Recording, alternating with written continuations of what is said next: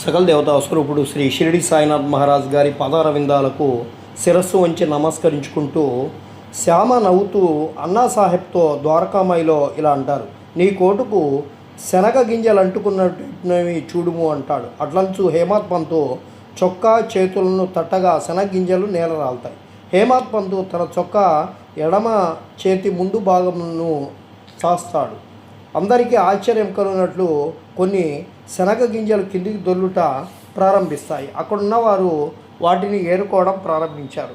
ఈ సంఘటన హాస్యానికి తావిచ్చింది. అక్కడున్న వారందరూ ఆశ్చర్యపడ్డారు.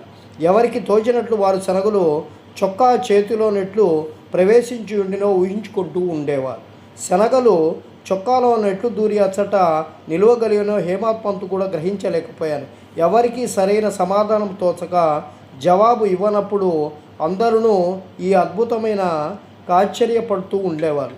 వీరికి అన్నాసాహెబ్కు తానొక్కడే తిరుగుండం ఒక్కటి కలదు. ఈనాడు సంత రోజు శనగలు తినుచు ఇక్కడికి వచ్చినాడు. వారి నైజము నాకు తెలియను.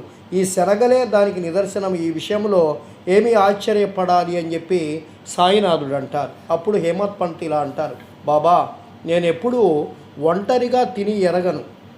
అయితే ఈ దుర్గుణమును నాపై నీవు మోపెదవేళ ఈనాటికి ఎన్నడూనూ షిరిడిలోని సంతను నేను చూసి ఉండలేదు. ఈ దినము కూడా నేను సంతకు పోలేదు.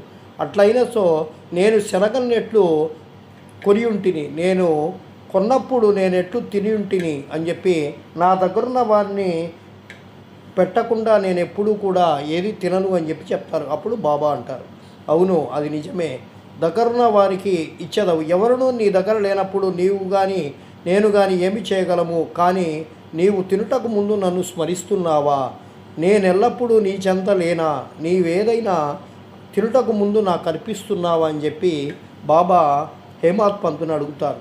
ఈ సంఘటనము బాబా ఏమి చెప్తున్నారో జాగ్రత్తగా గమనించే ప్రయత్నము చేద్దాం. శ్రీ సచ్చిదానంద సద్గురు